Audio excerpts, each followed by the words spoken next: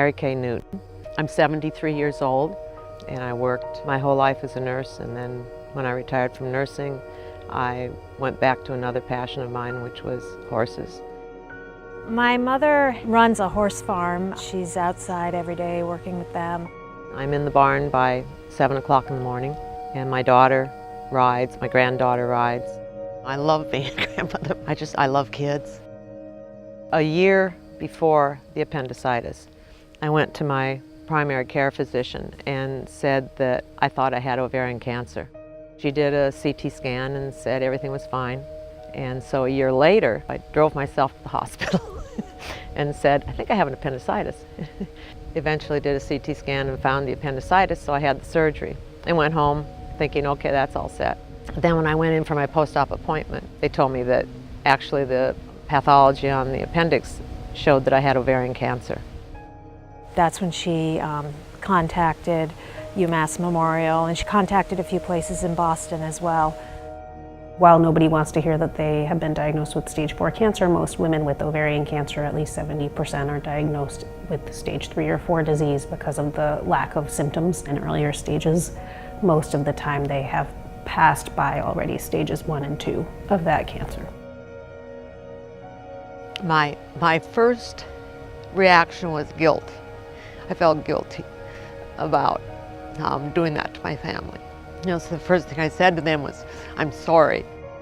More than anything, I wasn't so much afraid as just, this is going to be hard.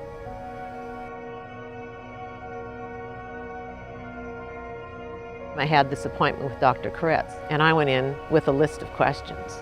She felt it was going to be a major surgery and a lot of chemo, but she, laid it all out, and I really liked her. I got a really good feeling about her. Surgeons don't tend to be as personable, and she's very personable.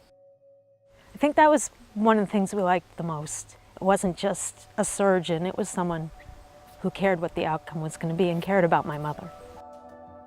When Mary Kay started her chemotherapy, she gave me a picture of herself that was framed at a horse dressage competition and told me, when I'm done with all my treatments, this is my goal. This is the woman I want to be on the other side of this. When I took the photo from her, I said, when you are this woman again, I'm going to give this back to you. Once her chemo was done, she really recovered very fast. Now she actually has more energy a year after the treatments than she did like 6 months before she found out she had cancer. I started riding again, and now, as the summer has gone on, I've, got more and more energy.